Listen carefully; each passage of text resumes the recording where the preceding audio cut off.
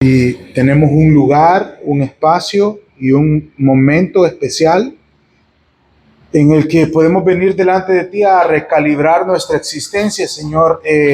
Este mundo puede llegar a ser tan confuso y ruidoso, Señor, que con facilidad podemos olvidar que tú necesitas ser el centro de nuestras vidas. Ahora, Señor, si habemos algunos acá, que creo así es, que en algún momento de nuestras vidas te tuvimos a ti como el centro y por algún motivo ha cambiado eso, Señor, hoy te pedimos que nos des una nueva oportunidad. Y te rogamos, Señor, que por medio del estudio de tu palabra también podamos poner las cosas en perspectiva y nuestras prioridades en el orden correcto, Señor. Gracias por ese tiempo. Bendícenos, Señor, en el nombre de Jesús. Amén. Los voy a invitar a que abran sus Biblias en el primer libro de Samuel, capítulo 13. Primer libro de Samuel, capítulo 13. Si usted no tiene su Biblia todavía, levante su mano y le prestamos una con mucho gusto. Por aquí adelante, si me ayudan, porfa. Primer libro de Samuel, capítulo 13. Primer libro de Samuel, capítulo 13. Antes de que vayamos a la lectura, platiquemos un poquito de qué es lo que está pasando, cuál es el contexto y a dónde estamos en la historia. El libro de Samuel, hemos dicho anteriormente, es una transición, un cambio de la teocracia hacia la monarquía. ¿Qué quiere decir eso? Que el pueblo de Dios estaba siendo gobernado directamente por Dios a través de los profetas, a través de los líderes que el Señor escogía, y ahora esa autoridad iba a ser transferida a un rey. ¿Por qué? Porque el pueblo pidió rey. El pueblo creció, el pueblo se acomodó, el pueblo tuvo paz y dijeron: Señor, muchas gracias por su servicio, pero de aquí para allá nosotros podemos solos. Dios les advirtió que pedir rey y tener un rey en el momento o en el tiempo equivocado era una mala decisión.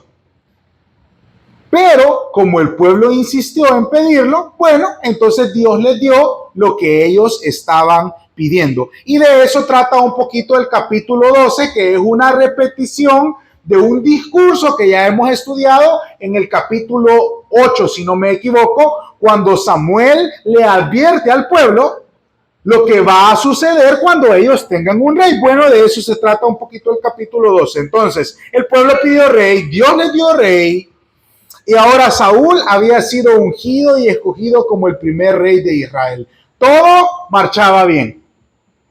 Saúl mostró un buen principio, o en el principio grandes virtudes. Pero como hemos estudiado anteriormente, creo que es extraña esa manera en la que queremos arruinar todo lo que está bien. Y como que una buena racha o una buena temporada casi siempre augura de que van a venir tiempos malos. Entonces algo así es lo que está a punto de pasar. En el principio de su reinado, Saúl mostró grandes virtudes. Mostró humildad, ¿sí? En el momento en el que lo llamaron y que estaba escondido, ¿verdad? Probablemente entre el equipaje, con un poquito de temor de no ser nombrado delante del pueblo, mostró obediencia. Cuando Samuel le dijo: te vas a esperar unos días y yo voy a venir y luego vamos a continuar con este proceso, ahí mostró obediencia, mostró paciencia, ¿sí? Al esperar obedientemente el plazo que Samuel le había puesto.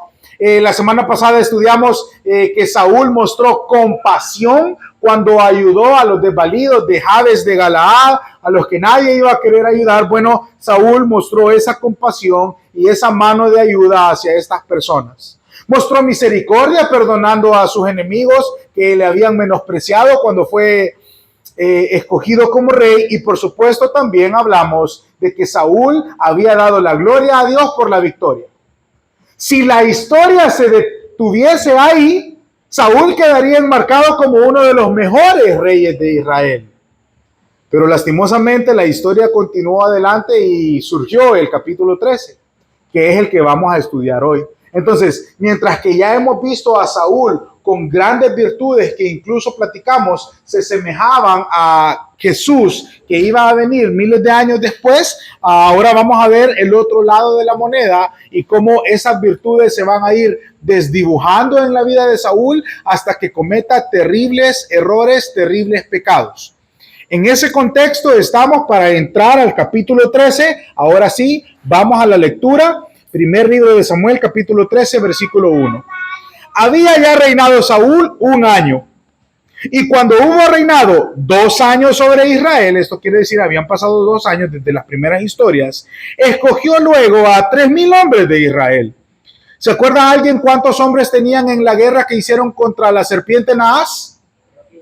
330,000. Bueno, ahora el ejército se ha reducido a 30,000 hombres, perdón, a 3,000 hombres, que iba a ser considerado como la guardia personal de Saúl, de los cuales, dice, de los 3,000 hombres, con Saúl estaban 2,000, y en el monte de Betel 1,000 estaban con Jonatán en Gabaa de Benjamín. ¿Quién es Jonatán? Jonatán es uno de los hijos de Saúl. Más adelante van a hacer un recuento de quiénes fueron los hijos de Saúl. Bueno, 2,000 con Saúl y 1,000 con Jonatán.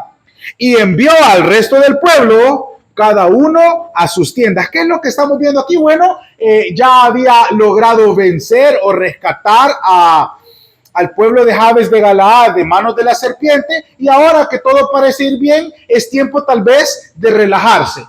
Es tiempo tal vez como de tomarse un pequeño descanso. Despachemos a las demás personas del ejército y quedémonos solamente con 3,000. ¿Habrá sido la mejor decisión? Yo creo que no. Y muchas veces nosotros cometemos ese error. Que cuando es una cosa que se ha anunciado por todas partes, que lo difícil no es llegar a la cima, sino mantenerse en la cima. Porque generalmente cuando alcanzamos algún tipo de éxito, tendemos a relajarnos, tendemos a bajar la guardia, tendemos a acomodarnos. Bueno, algo así parece que está sucediendo en la vida de este nuevo rey. Versículo 3. Y Jonatán, su hijo, atacó a la guarnición, es decir, al campamento militar de los filisteos que había en el collado. Y lo oyeron los filisteos. E hizo Saúl tocar la trompeta por todo el país diciendo: oigan los hebreos. Y todo Israel oyó que se decía: Saúl ha atacado la guarnición de los filisteos. Y también que Israel se había hecho abominable a los filisteos, y se juntó el pueblo en pos de Saúl en Gilgal. Hay algo que no me cuadra de esos 2 versículos. ¿Quién atacó a los filisteos? ¿Quién? Jonatán. ¿Quién tocó la trompeta? Saúl. ¿Qué dijo el pueblo cuando la trompeta sonó? ¿Quién había atacado a los filisteos? Saúl. ¿Era cierto eso? No. Saúl estaba muy probablemente descansando mientras Jonatán estaba haciendo el trabajo que le correspondía a Saúl. Entonces, cuando Jonatán ataca al enemigo, Jonatán va a la guerra, ¿y quién se lleva los aplausos? Saúl. Y la gente decía: hey, Saúl atacó a la guarnición de los filisteos. Por ahí ya empezamos a ver algo complicado. Vamos a ver más adelante que, aunque la historia no lo dice de una manera directa, al ver el carácter que logramos encontrar en Saúl, es incluso probable que Saúl haya llegado a estar celoso de su propio hijo. Porque por supuesto en una monarquía, quien ha de suceder al rey es su hijo. Entonces, por aquí ya empezamos a ver algunas cualidades de Saúl como que no son muy deseables en un rey. Ese orgullo o ese deseo de contener algo que no le pertenecía a él del todo, porque finalmente, aunque él era el rey no le pertenecía al Señor. Bueno, sigamos. Entonces los filisteos se juntaron para pelear contra Israel. Ok, Jonatán alborotó el avispero. Ahora veamos qué es lo que pasó con los filisteos. Se juntaron para pelear contra Israel. ¿Cuántos carros? 30,000 carros, 6,000 hombres de caballo y un pueblo numeroso como la arena que está a la orilla del mar. Y subieron y acamparon en Micmas, al oriente de Bet-Aven. Cuando los hombres de Israel vieron que estaban en estrecho, porque el pueblo estaba en aprieto, se escondieron en cuevas, en fosos, en peñascos, en rocas y en cisternas. Y algunos de los hebreos, es decir, de los israelitas, pasaron el Jordán a la tierra de Gad y de Galaad, pero Saúl permanecía aún en Gilgal. Y todo el pueblo iba tras él temblando. ¿Qué es lo que está pasando? El ejército de Saúl no estaba listo para la guerra. ¿Por qué? Porque Saúl los había despachado. Cuando todavía había época de guerra, Saúl despachó a las personas para que fueran a sus casas a descansar. Cuando se levantó el innumerable ejército de los filisteos y los rodearon, el pueblo de los israelitas empezaron a tener miedo. Y dice que cuando se encontraban en aprieto, empezaron a esconderse. Es decir, empezó la deserción. De los pocos hombres que quedaban, algunos empezaron a huir. Acuérdense, esos no eran hombres comunes y corrientes, cobardes, eran hombres de guerra. Pero al ver que la batalla estaba prácticamente perdida en cuanto a los números, desconfiaron probablemente de las virtudes de su rey y empezaron a desertar. Vamos a ver más adelante, si es que logramos llegar al capítulo 14, que algunos de ellos incluso se cambiaron de bando hacia el bando de los filisteos, además de los que estaban escondidos. Ahora, ¿cómo se habrá sentido este rey al ver que su ejército lo estaba abandonando? Bueno, vamos a seguir viendo. El pueblo temblando. Versículo 8. Y él, es decir, Saúl, esperó 7 días conforme al plazo que Samuel le había dicho. Pero Samuel no venía a Gilgal y el pueblo se le desertaba. ¿Qué es lo que está pasando aquí? El tiempo se acababa, ¿sí? La destrucción era inminente. De un momento a otro, los filisteos iban a empezar el ataque. Pero ellos no se estaban moviendo. ¿Por qué? Porque Samuel le había dado la orden a Saúl que debía esperar. Saúl se desespera, versículo 9. Entonces dijo Saúl, ¿saben qué? Tráiganme el holocausto, tráiganme las ofrendas de paz. Y Saúl ofreció el holocausto.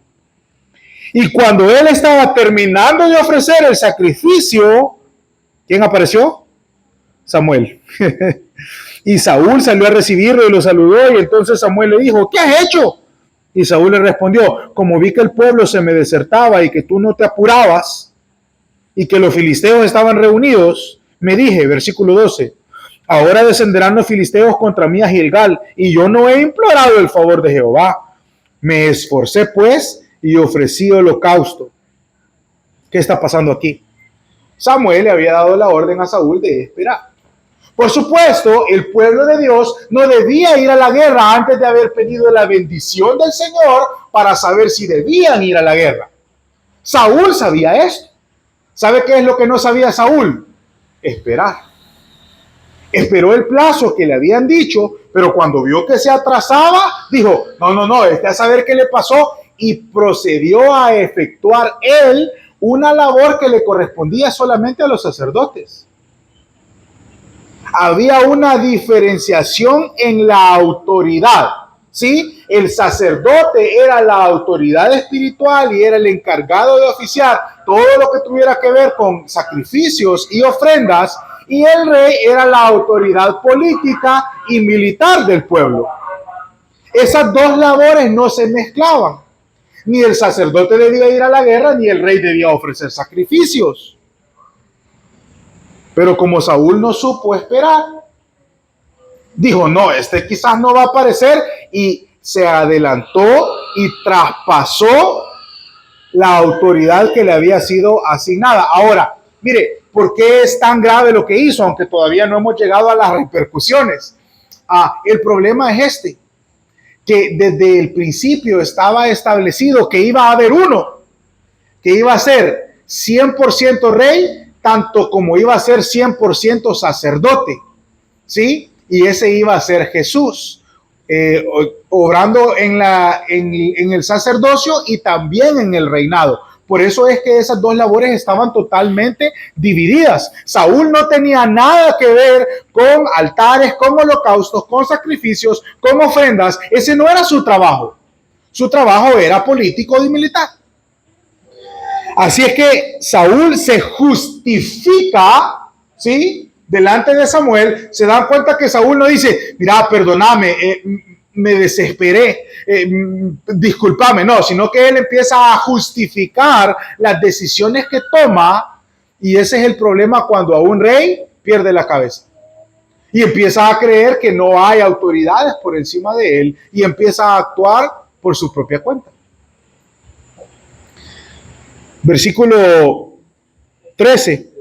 Entonces Samuel le dijo a Saúl, locamente has hecho. No guardaste el mandamiento de Jehová tu Dios que él te había ordenado. Pues ahora Jehová hubiera confirmado tu reino sobre Israel para siempre. Pero ahora tu reino no será duradero. Jehová se ha buscado un varón conforme a su corazón, al cual Jehová ha designado para que sea príncipe sobre su pueblo, por cuanto tú no has guardado lo que Jehová te mandó. ¿Sabe qué es lo que parece que está sucediendo aquí? Parece que Samuel llega tarde con propósito. ¿Cuál era el propósito? Muy probablemente probar el corazón de Saúl. Probar que tanto Saúl iba a confiar en su Dios. Probar que tanto Saúl iba a ser obediente a las instrucciones que se le habían dado. Lastimosamente aquí Samuel le dice, hiciste una locura, no pasaste la prueba. Por lo tanto, le dice, la consecuencia de tu error es, tu reino no va a durar mucho tiempo. Porque Dios, le dijo, no anda buscando a un rey que le ayude. Ya vamos a llegar un poquito más adelante a esas aplicaciones. Porque la actitud de Saúl fue, si nadie lo hace, lo voy a terminar haciendo yo. Y voy a adelantarme, insisto, en las aplicaciones, pero nosotros muchas veces hacemos eso. Cuando el Señor nos tiene en pausa, cuando el Señor nos tiene en espera, nosotros nos desesperamos y queremos adelantar el calendario de Dios. Queremos torcer el brazo de Dios a nuestro tiempo, a nuestra conveniencia, a nuestras exigencias. Y el Señor dice que eso es una locura. La prueba de fuego era la paciencia y la obediencia. ¿Se acuerdan que en la primera historia Saúl se destacó en paciencia y obediencia? Estas eran cosas que Saúl ya había aprendido. No era una nueva lección. La prueba que el Señor le estaba dando no era, vamos a ponerlo a prueba para que fracase. ¿Sí? Era un mensaje de la dependencia que como rey iba a tener ante Dios. No pasó la prueba. Por lo tanto le dijo, tu reino será corto, porque Jehová se ha buscado un varón conforme a su corazón. Mire qué duras palabras para Saúl, ¿verdad? Yo creo que a partir de estos momentos el corazón de Saúl entró en una espiral descendente. Creo que no volvió a ser el mismo. ¿Se acuerdan que Dios le había dado un nuevo corazón a Saúl? Yo creo que ese corazón se rompió poco a poco a tal grado de que volvió a ser un corazón conforme a un pueblo rebelde y no un corazón conforme al Señor. Jehová ha designado a otro para que sea príncipe sobre su pueblo, por cuanto tú no has guardado lo que te mandó. Y levantándose Samuel, subió de Gilgal a Gabaa de Benjamín. Y Saúl contó a la gente que se hallaba con él. ¿Como cuántos hombres? Se da cuenta que ya perdió otros 1,400, perdón. Los que estaban con él. No sabemos si los de Jonatán estaban juntos, pero perdió más de la mitad de sus hombres. Versículo 16. Mire, ¿cómo cree que le va a ir a Saúl en esta historia? Ya la regó, ¿verdad? Como diríamos. Bueno, versículo 16. Saúl, pues, y Jonatán su hijo, y el pueblo que con ellos se hallaba, se quedaron en Gabaa de Benjamín. Pero los filisteos habían acampado en Micmas, y salieron merodeadores del campamento de los filisteos en 3 escuadrones. Un escuadrón marchaba por el camino de Ofra, al lado este. Otro escuadrón marchaba hacia Bet-Orón, al lado oeste. Y el tercero venía del sur. El tercer escuadrón marchaba hacia la región que mira al valle de Seboim, hacia el desierto. Venía del sur hacia el norte. Del norte hacia el sur, bueno, de arriba para abajo, pues. Y en toda la tierra de Israel no se hallaba herrero. Ok, aquí nos está contando otro paréntesis en la historia. Dice que en la tierra de Israel no se hallaba herrero. ¿Cuál es el trabajo de un herrero? Trabajar con el Metal, exacto. Entonces dice, en la tierra de Israel no había herrero, no había quien trabajara el metal. ¿Por qué? Porque los filisteos habían dicho, para que los hebreos no se hagan espada o lanza, por lo cual todos los de Israel tenían que descender a los filisteos para afilar cada uno la reja de su arado, su asadón, su hacha o su hoz. Y el precio era un pin por las rejas de arado, por los asadones, y la tercera parte de un ciclo para afilar hachas y por componer las aguijadas. ¿Qué acabamos de leer aquí? Mire, esta había sido una estrategia militar que los filisteos habían aplicado en contra de Israel por varios años. ¿Sí? Israel, como podemos recordar, no era muy diestro en la guerra, especialmente para con los filisteos. Los filisteos siempre le habían ganado la guerra a los israelitas. Entonces, los filisteos tenían esta estrategia.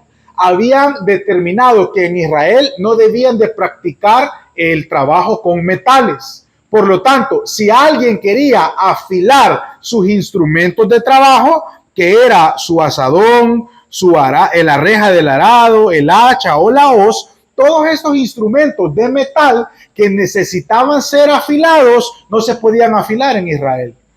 Si usted necesitaba afilar, necesitaba ir a Filistea para poder hacer ese trabajo, pero no podía tener usted una espada. Entonces, ¿cuál era la estrategia del enemigo de los filisteos? La estrategia era, les vamos a dar sus herramientas de trabajo, los vamos a mantener ocupados, los vamos a dejar que trabajen en la tierra, los vamos a dejar que trabajen en el campo, los vamos a dejar que produzcan siempre y cuando no tengan armas. Entonces, a la hora de la guerra, ¿cómo era que los israelitas se iban a enfrentar a los filisteos si no tenían armas? Cuando lleguemos a las aplicaciones, que ya es muy pronto, vamos a hablar un poquito de cómo Satanás sigue utilizando esta estrategia para desarmarnos a nosotros. Versículo 22. Así aconteció que en el día de la batalla no se halló espada ni lanza en mano de ninguno del pueblo que estaba con Saúl y con Jonatán, excepto Saúl y Jonatán su hijo, que las tenían. Y la guarnición de los filisteos avanzó hasta el paso de Micmas. Y ahí termina esta historia. Estos capítulos no son una historia cronológica, sino que el propósito del autor, en realidad, en estos capítulos, es mostrarnos la decadencia moral y de carácter que Saúl está teniendo. Entonces, nos está dando pequeñas historias para que vayamos viendo cómo Saúl pasó de ser un rey ejemplar a convertirse en un hombre que no confiaba en el Señor, sino en sus propias fuerzas. Ahora que hemos terminado el capítulo 13, hablemos un poquito acerca de algunas aplicaciones de lo que acabamos de leer, antes que tratemos de avanzar al capítulo 14. Lo primero que quiero resaltar es el deseo que Saúl mostró por la aceptación y por la honra. Dijimos, Jonatán hizo todo el trabajo, pero Saúl se llevó los aplausos. Mire, todavía en nuestra actualidad hay personas que viven para el aplauso de las personas. No hay nada más triste y más difícil que vivir para satisfacer a las personas. ¿Sabe por qué? Porque las personas nunca van a quedar satisfechas. Saúl cometió este error. Quiso la gloria para sí mismo. ¿Sí? Dice el Proverbio 16:18, antes del quebrantamiento viene la soberbia. Y antes de la caída, la altivez de espíritu. El espíritu de Saúl estaba enaltecido. No podía pasar nada que tuviera que ver con lo militar, que no tuviera que ver con él. ¿Sí? El problema de Saúl es que pensaba que él era el centro. Él quería ser el centro de atención. No funciona de esa manera. Cuando su espíritu fue altivo, fue el inicio de su caída. La caída de Saúl empezó cuando quiso robarse la gloria de un trabajo que él no había hecho. Segundo punto de aplicación. Se da cuenta que Saúl, bueno, el error más grave en el capítulo 13 que cometió Saúl es su impaciencia. No supo esperar. Y debemos reconocer que la falta de paciencia siempre nos va a llevar a hacer locuras. Saúl transgredió los límites. Pienso, ¿Será que se le había subido el poder a la cabeza? ¿Será que llegó a un punto de decir, ¿y qué hago yo siendo rey esperando al sacerdote? Que me esperen ellos a mí, no yo a ellos, pudo haber pensado Saúl. La impaciencia nos roba la cordura. Samuel lo regañó y le dijo, actuaste con locura. Mire, todos acá creo más de alguna vez que hemos perdido los estribos de la paciencia, hemos hecho cosas de las que nos arrepentimos. ¿Sabe qué es otra cosa que debemos resaltar en medio de esto? ¿Se acuerdan que yo mencioné brevemente que parecía casi como que Saúl estaba queriendo ayudar a Dios? Este Dios que no se apura, yo le voy a echar una manita. Nosotros muchas veces hacemos eso. Y en la desesperación, lo más seguro es que retardamos la bendición del Señor. Es probable que el Señor quería bendecirnos, pero como no supimos esperar y en lugar de esperar pacientemente, intentamos a resolver las cosas por nuestra propia cuenta, bueno, entonces el Señor probablemente diga, ok, comience de nuevo. ¿Por qué? Porque nuestra impaciencia muchas veces demuestra que no estamos listos. Saúl estaba siendo probado en su paciencia. Saúl estaba siendo probado en su obediencia. ¿Qué mostró? Que no estaba listo para ser rey. Eso es triste, ¿sabe por qué? Porque nuestra impaciencia produce una espera más larga de la que debíamos. Se da cuenta que leímos en la historia que justamente cuando Saúl estaba terminando de ofrecer los sacrificios, ¿qué sucedió? Apareció Samuel. No, la conversación un poquito más colorida o más en nuestro español hubiera sido, si te hubieras esperado un ratito, hubiera llegado yo. Tengo un amigo que dice, ya esperamos, o como dice, faltaba más cuando empezamos, dice él, ¿verdad? Es una buena manera de vivir la vida cuando estamos perdiendo la paciencia y decimos, ¿y cuánto más falta esperar? Bueno, faltaba más cuando empezó el proceso de la espera. Aprenda paciencia. Un ataque de locura o un ataque de impaciencia, que es lo mismo, porque cuando somos impacientes perdemos la paciencia, perdemos la cordura. Un ataque de locura nos puede llevar a perder mucho. ¿Qué perdió Saúl ese día? Su reino. Pero más que su reino, porque el reino le pertenecía al Señor de todas formas, vamos a ver más adelante que perdió la conexión que él tenía. Se da cuenta que Saúl había sido un hombre que fue lleno del Espíritu Santo. ¿Se acuerdan que platicamos que Saúl profetizó en medio de los profetas? Y que las personas decían, ¿de verdad el ganadero con los universitarios profetas? Bueno, de ahí venía Saúl. Una locura, un acto de impaciencia, un momento de debilidad, un momento de locura, y lo pagó por el resto de su vida. Insisto, se puede perder mucho en un ataque de locura o en un ataque de impaciencia. Ahora, hemos hablado de que el Señor estaba probando a Saúl. Mire, si hay algo difícil en la vida cristiana son las pruebas. No tengo tiempo para explicárselos a detalle, pero hay una diferencia entre una tentación, una prueba y una consecuencia. El sufrimiento en nuestras vidas proviene de estas tres cosas: de las tentaciones, de las pruebas y de las consecuencias. Entonces, si usted alguna vez se ha preguntado, ¿por qué tengo que sufrir? Bueno, existen tres posibilidades o tres causas del sufrimiento o del dolor en su vida. La primera es la tentación, que trae pecado, ¿sí? Cuando somos tentados por el enemigo, pecamos y entonces sufrimos por causa del pecado. Ese es una posibilidad de por qué se sufre en este mundo. La tercera son las consecuencias, es decir, usted tomó malas decisiones y ahora está teniendo que pagar las consecuencias. Por lo tanto, usted está sufriendo las consecuencias de las malas decisiones que usted mismo tomó. Y la tercera son las pruebas.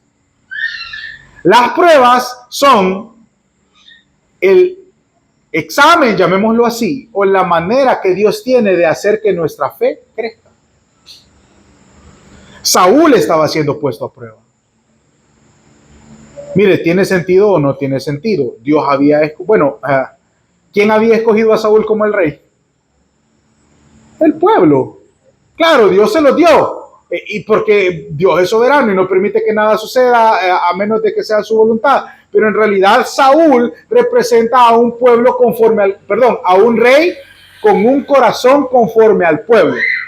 ¿Cómo era este pueblo? Rebelde. Entonces, como el pueblo pidió rey, Dios les dio el rey que ellos habían pedido. Saúl estaba puesto a prueba y tenía todo el sentido del mundo porque Dios necesitaba asegurarse que aquel que iba a gobernar a su pueblo esté listo para cuidar y para guiar a su pueblo de la mejor manera. Piénselo usted, hay algunos padres de familia en medio de nosotros. ¿Usted contrataría o le diera la oportunidad de cuidar a su bebé sin antes tener por lo menos una entrevista o una referencia de qué manera trata esa persona a los bebés? ¿Verdad que no? Cuando usted ama a su hijo y va a encargar la seguridad de su hijo en manos de otras personas, lo mínimo que usted haría es ponerlo a prueba. Eso es lo que el Señor estaba haciendo con Saúl. Estaba probando a Saúl. Ahora, aquí el punto es que Dios muchas veces nos lleva al límite en las pruebas para conocer nuestros corazones. Hemos juzgado, digámoslo así, severamente a Saúl. ¿Sabe por qué? Porque nosotros estamos aquí tranquilamente, pero Saúl tenía 600 hombres contra 1,000,000. Dice que eran innumerables como la arena del mar. Ya me hubiera querido ver a mí en esos zapatos. ¿Es justificable lo que Saúl hizo? No estoy diciendo que es justificable. Pero la condición o la situación era una situación que estaba al límite. ¿Sabe qué es lo que no hemos considerado? Que Saúl esperó el día 1 y el enemigo se estaba acampando. Esperó el día 2 y el enemigo seguía acampando. Esperó 7 días. ¿Y por qué será que Dios lo llevó a este límite? Yo creo que el Señor a veces nos lleva al límite para probar nuestros corazones. ¿De dónde saca esa idea? Bueno, se me ocurren varias, pero la primera que viene a mi mente es la historia de Abraham. ¿Se acuerdan esa historia en la que el Señor le dice a Abraham, vaya Abraham, tiempo de prueba, démosle Señor, lo que sea, quiero que sacrifiques a tu hijo? Debió haber tragado grueso a Abraham. Esa prueba no era nada fácil. Pero dijo, dale, fue 3 días de camino. En el corazón de Abraham su hijo había muerto. Lo amarró, lo puso en el lugar del sacrificio, sacó la espada y confiaba, porque le dijo a su esposa y a los que iban con ellos, vamos a ir a ofrecer un sacrificio y ya vamos a regresar, dijo Abraham. En el último segundo, antes de que Abraham matara a su único y esperadísimo hijo, el Señor lo detuvo. ¿Es eso o no es eso una prueba de límite? Saúl estaba siendo puesto a prueba en límite. Abraham pasó la prueba, Saúl no. Abraham es recordado como el padre de la fe, como el hombre que estuvo dispuesto a darle al Señor lo que más amaba. Saúl es recordado como el desesperado y loco que no pudo esperar un día más a que Samuel llegara. A veces Dios nos pone a prueba al límite. Pastor, quizás ahora tiene sentido lo que está pasando en mi vida. Bueno, yo dije, ese sufrimiento probablemente sea consecuencia de una mala decisión que usted tomó. La tentación que el enemigo ha puesto, o probablemente usted está siendo puesto a prueba al límite. Como Job fue puesto a prueba al límite.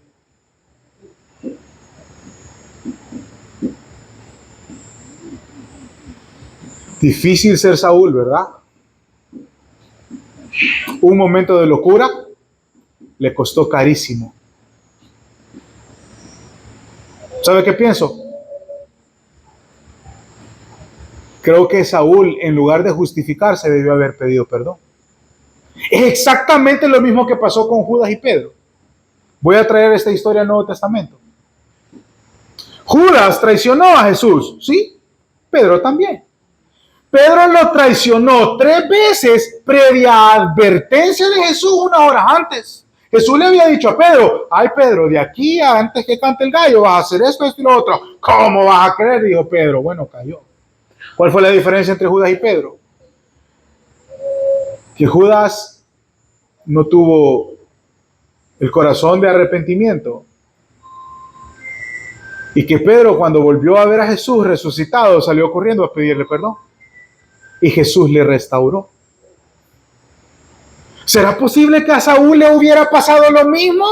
Pero él dijo, como vos no te apurabas, ¿qué hizo? Culpó a Samuel. Déjeme hacer otra observación. No es digno de un rey culpar a otros. Si sos rey, hacete cargo de tus decisiones. Pero él dijo, es que pasó esto. Y empezamos a justificar nuestros actos. Empezamos a justificar nuestras acciones. Cuando en realidad, en lugar de justificarnos, deberíamos de pedir misericordia. No vemos una actitud de arrepentimiento en Saúl en ningún momento. Al contrario, creo que su corazón se endureció y lo vamos a ir viendo en las historias de las siguientes semanas. Tercera y última aplicación. El enemigo quiere distraerte con cosas buenas. ¿Qué? ¿Se da cuenta la estrategia que tenían los filisteos para mantener a los israelitas a raya en la guerra? ¿Sabe qué es lo que estaban diciendo los filisteos al pueblo de los hebreos? Ah, hombre, ¿para qué quieres una espada? Vení, te voy a afilar más barato. El precio, investigué, no lo pude traducir a dólares, pero el precio que se cobraba por afilar los instrumentos de trabajo era bajísimo. Entonces, ¿qué pasaba? Era más barato ir a Filistea a afilar los instrumentos que abrir una herrería, si es que así se llama, dentro de Israel. Y los filisteos tenían a los israelitas, digámoslo así, dormidos en su trabajo. Y el trabajo del enemigo sigue siendo el mismo. Él quiere distraernos con cosas buenas. Pregunto, a la hora de la guerra, ¿qué es mejor? ¿Un asadón o una espada? Una espada, ¿verdad? ¿Son malos los asadones? Para nada, son instrumentos de trabajo. Pero al enemigo no le importa qué tan bien te vaya en el trabajo, qué tan bien te vaya en los estudios, qué tan bien te vaya en los negocios, en las relaciones, en el deporte, siempre y cuando tu relación con Dios no esté bien. Y el enemigo nos tiene en un estado de sueño en ese punto, donde las cosas buenas, porque oiga, yo voy a repetirlo, el trabajo, el estudio, los negocios, las relaciones, el deporte y todas esas cosas son buenas. Pero si lo comparamos con la palabra de Dios, la palabra es mejor. Todas esas cosas son buenas. Entonces Satanás quiere que escojamos bien, siempre y cuando no escojamos lo mejor.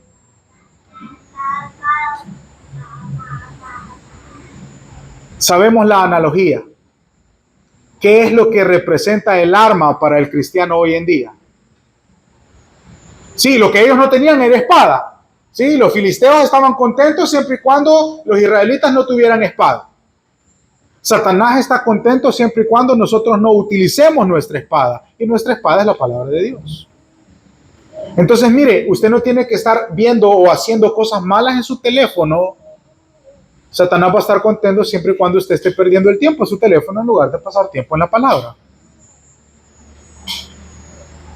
Porque la palabra es la única arma en la guerra espiritual que nosotros tenemos. Satanás quiere que estemos ocupados. ¿Cómo estás? Cansado, vieras el trabajo, los estudios. No hay tiempo para Dios. No hay tiempo para la palabra. No hay tiempo para pasar en la Biblia. Y Satanás está ganando la guerra. ¿Por qué? Porque cuando la batalla arrecia, que fue lo que sucedió aquí, cuando se levantó el enemigo, nadie tenía espada. Solo 2 tenían espada. ¿Cómo creen que les iba a ir en la guerra? Ahora mire, traigámoslo a nuestras vidas. ¿Cómo nos va a ir en la guerra si nosotros no tenemos el arma de la palabra de Dios todo el tiempo en nuestra mente, en nuestro corazón, memorizándola, estudiándola, leyéndola? Una vez a la semana en la iglesia, pienso, no es suficiente.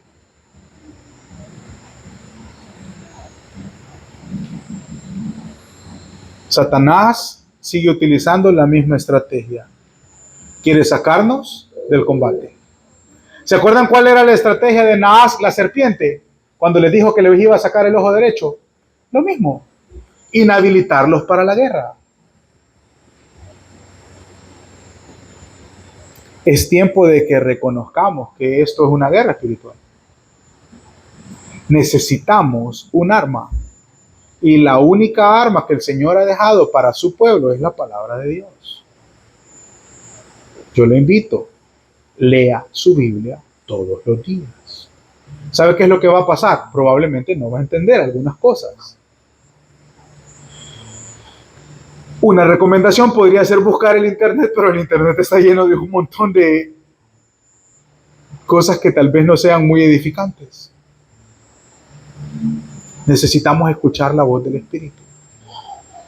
Necesitamos ser guiados por la palabra. ¿Sabe qué es lo único que usted necesita para comprender la palabra de Dios? Al Espíritu Santo.